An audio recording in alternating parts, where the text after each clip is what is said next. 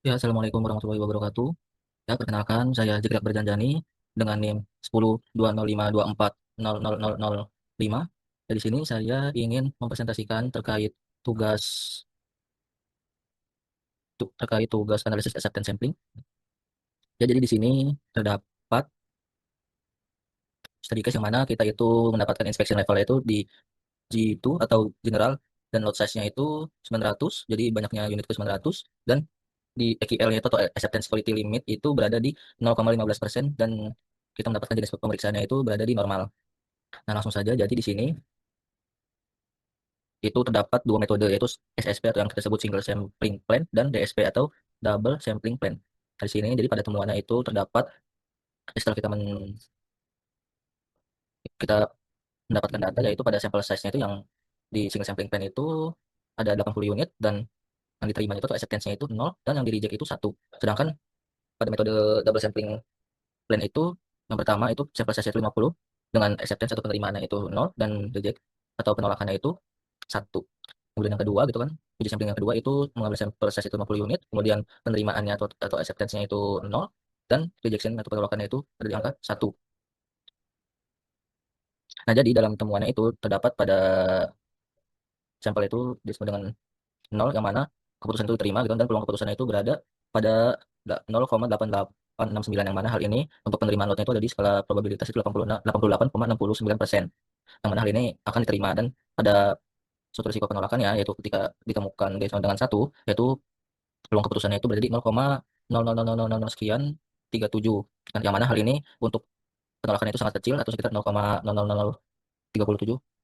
yang mana hal ini untuk keputusan ditolaknya itu sangat minim. Kemudian pada double sampling plan, yang mana pada temuannya itu sama dengan 1, ya kan, jika ditemukan suatu defect atau cacat, ya kan, defect atau cacat itu nol, nol, maka akan diterima. Ya. Kemudian ditemukan pada defectnya tidak ada gitu kan. Terus kemudian pada temuan yang kedua itu, pada temuan yang kedua itu ada defect itu kurang dari 1, kemudian mengambil sampel kedua, dan pada temuan kedua itu defectnya sama dengan 0, yang mana pada total temuan ini defect pertama ditambah defect kedua sama dengan kurang dari sama dengan 1, yang mana keputusannya ini diterima. Ya. Yang mana pada defect yang kedua ini dia itu untuk agar diterimanya itu sekitar di 0,0645, atau secara probabilitas persentasenya itu ada di angka 6,45%. Sedangkan yang pertama tadi itu di penerimaannya itu di 0,9277, yang mana hal ini peluang untuk diterimanya itu sekitar 92,77%. Nah, jadi untuk total peluang penerimaannya itu berada di kisaran 0,9922 sekian, yang mana hal ini jika dipresentasikan yaitu berada di 99,22%. Yang mana hal ini pada risiko suatu produsen atau perusahaan, hal ini akan terkena dampaknya itu sekitar 0,77%, karena hal ini relatif kecil.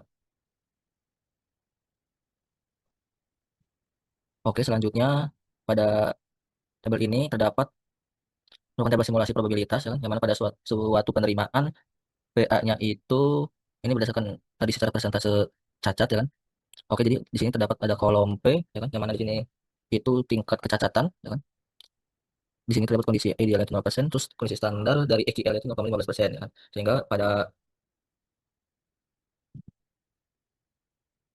hasil simulasi pada SSP ini berada, berada pada di EQL atau EQL 0,15% itu menghasilkan 0,8869, yang mana jika dipresentasikan berarti sekitar 88,69%. Hal ini akan diterima. Kemudian pada double sampling plan-nya, jika, jika pada hasil simulasi tersebut, ya kan, dengan tingkat ke defect atau kecacatannya itu berada di ambang 0,15%, maka untuk peluang suatu lot yang diterima itu berada di sekitar 0,9277. Jika dipresentasikan berarti 92,77%.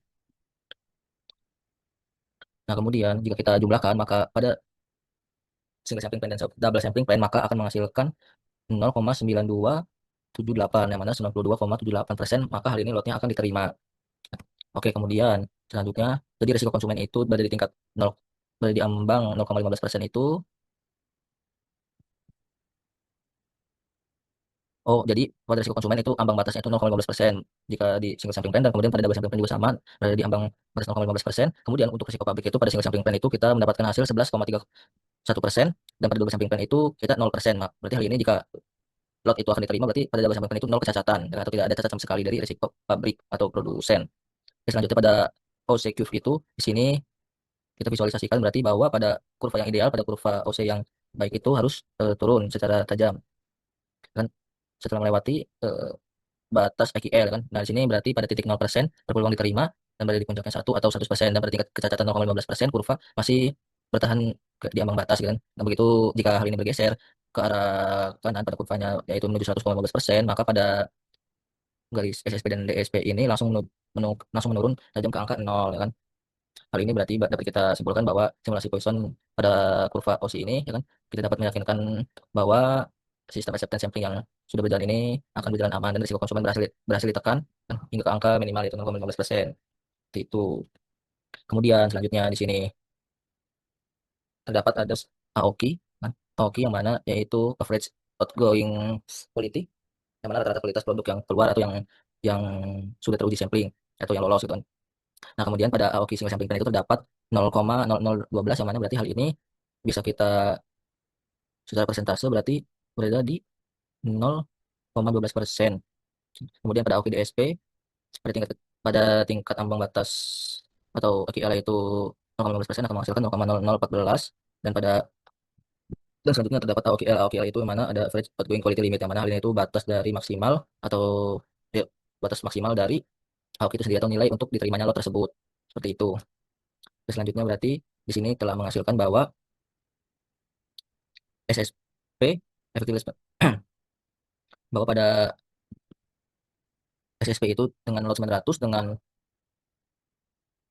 sampling 80 dengan risiko 0,15 berarti rata-rata untuk diterimanya itu berada di kisaran 0,0012 yang mana hal ini berarti penerimaannya itu 0,12%. Sedangkan di double sampling plan dengan lot 900 dengan mengambil sampel 50 dan dengan ambang batas 0,15%, maka di sini rata-rata untuk diterimanya itu berarti berada di kisaran 0,0014 atau 0,14%. Nah, jadi di sini bahwa pada di suatu agar efektif untuk melakukan perhitungan AOKI dan AOKL ya kan hal ini juga berarti kita untuk memaksimalkan secara sistem acceptance sampling ya kan. Kemudian perusahaan juga ya kan dengan AOKL 0,14% dari perusahaan memiliki bukti gitu, bahwa konsumen dapat menerima barang ya kan jauh di bawah 1% seperti itu. Oke, kemudian selanjutnya itu terdapat SSP dengan PA 0,88 69 atau peluangnya yang dapat diterima itu berarti di sekitar 88,69% dan dengan ambang batas atau ya ambang batas kecacatan itu berada di 0,15%. Dan di sini terdapat ATI atau annual average total inspection yang mana di sini dihasilkan 172, sekian unit ya kan. Dan pada AOK-nya di sini berarti average outgoing quality berada di 0,0012 atau 0,12%. Oke, kemudian pada DSP itu terdapat PA-nya itu 0,93 atau ya di sampel pertama itu 0,93 atau peluang diterima itu 93% dan kemudian peluang yang kedua yang akan diterima itu berada di sekitar 6% pada uji sampling kedua. Kemudian dengan ambang batas itu 0,15%. Kemudian di sini average total inspection itu berada di sekitaran 59,7 unit atau 60 unit. Jadi kita bulatkan. Kemudian dengan average outgoing quality-nya itu berada di sekitar 0. Berarti hal ini itu harus mendekati 0 agar aman. Nah, kemudian pada suatu potensi biayanya, hal ini tergambarkan bahwa pada komponen biaya inspeksi itu senilai 10.000 dan biaya non-conformity yang lolos inspeksi itu dengan mengenai biaya 150.000 ya kan. Oke, hal ini terdapat dalam single sampling plan itu pada volume 172 sekian unit ya kan dikali biaya inspeksi yaitu 10.000 maka akan menghasilkan dengan jumlah biaya 1.727.000 sekian rupiah kan.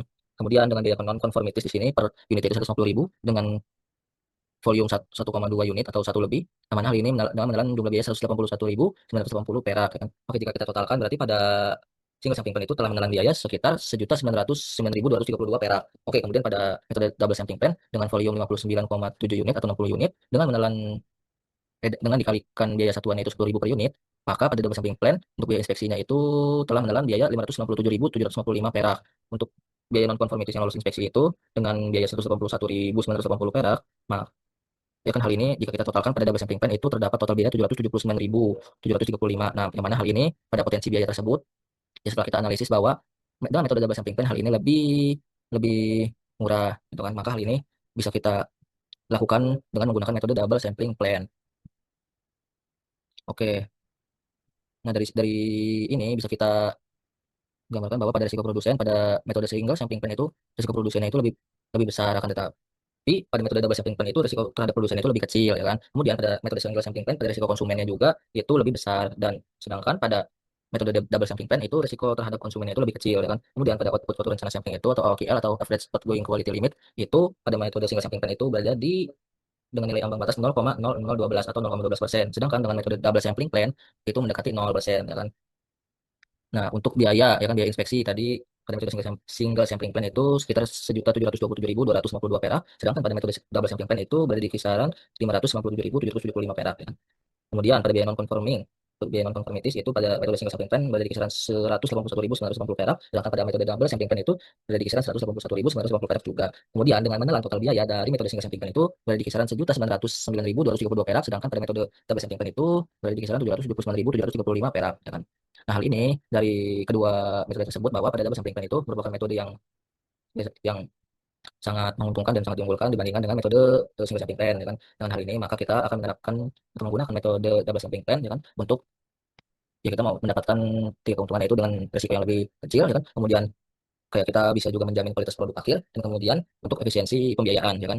Dengan anggaran menggunakan metode double sampling plan itu jauh lebih murah dibandingkan single sampling plan ya kan. Oleh karena itu ya pada pada kali ini ya saya di sini akan merekomendasikan bahwa kayak pada acceptance sampling plan yang menggunakan metode double sampling plan ini ya kan itu sangat sangat direkomendasikan. Ya, sekian presentasi dari saya. Apabila banyak salah kata mohon dimaafkan. Wabillahi taufiq wal hidayah. Wassalamualaikum warahmatullahi wabarakatuh.